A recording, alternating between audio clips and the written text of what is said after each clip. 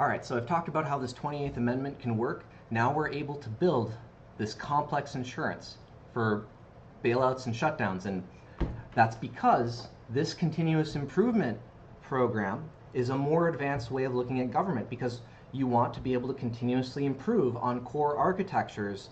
It actually enables you to it actually enables you as a society to have deeper conversations, and there will be less arguments because there's more to talk about. We're focusing on the details in the problem, so people will be able to talk about those details rather than some of the stuff that's, I think people want their team to win too much, and we could be talking about the details of the solutions we're building. There are so many options there for so many different people to study different things and have very deep conversations, and we need to orient ourselves for that level of this. And that will be the more advanced government that allows us to create this complex insurance for bailouts and shutdowns. And this Fortune 500 board manages this alternate tax strategy. We have all these digital companies coming together. The government's going to want to make a digital tax, likely, because these businesses are very profitable, and they will only become more profitable as their expenses become more stabilized, as the technology becomes more perfected.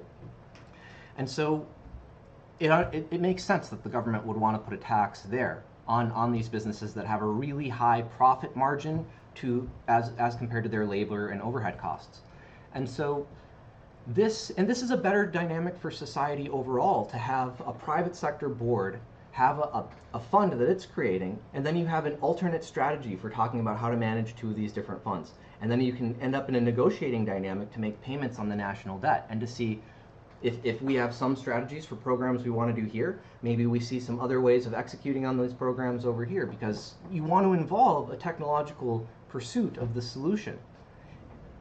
And so that overall collaboration dynamic will enable a path where we can create this complex insurance. And then and I argue, the government wants this. All citizens should want this, because when the 2008 stock market crashed, that was because of largely risky lending, and some of that was here. Now, I've also heard that there are some legal precedents where people we had to listen to stated income, and so people were able to lie about their income and things like that. But again, the answer is for companies to work together on building the technological ecosystems, which mean that you can have digitally verifiable income at an instant.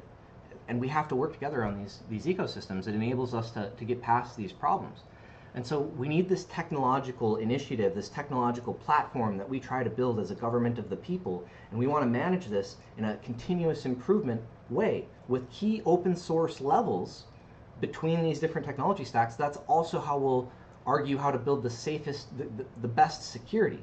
And we don't need to do this with everything that's built on top of these key layers. Those are all going to be private sector competitions to build the very best, to best serve that need of the market. And so you allow companies to compete on that open market, to have that open market competition in it with an open source psychology on key levels that enable a free market. If we don't have something like this, we can lock people out of the free market, and then only the big businesses can control who can even access that market, which is partially going to be true through partnership, but you can give people a better chance to be heard and protect them for having their unique ideas. And then companies will have to work with them if they want to implement those unique ideas that people come to the table with early on. And that gives people more of a chance to care about everything.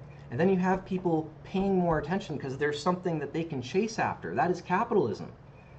I argue if you aren't trying to do that, you don't really fully embrace the nature of capitalism as a leader. And you have to want to give people a reason to chase after wanting to make your business better.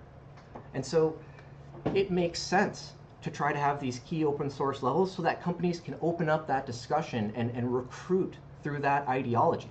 And this has been a long enough video. I wanted to keep these videos today to approximately 5-minute videos and get through this. Thank you.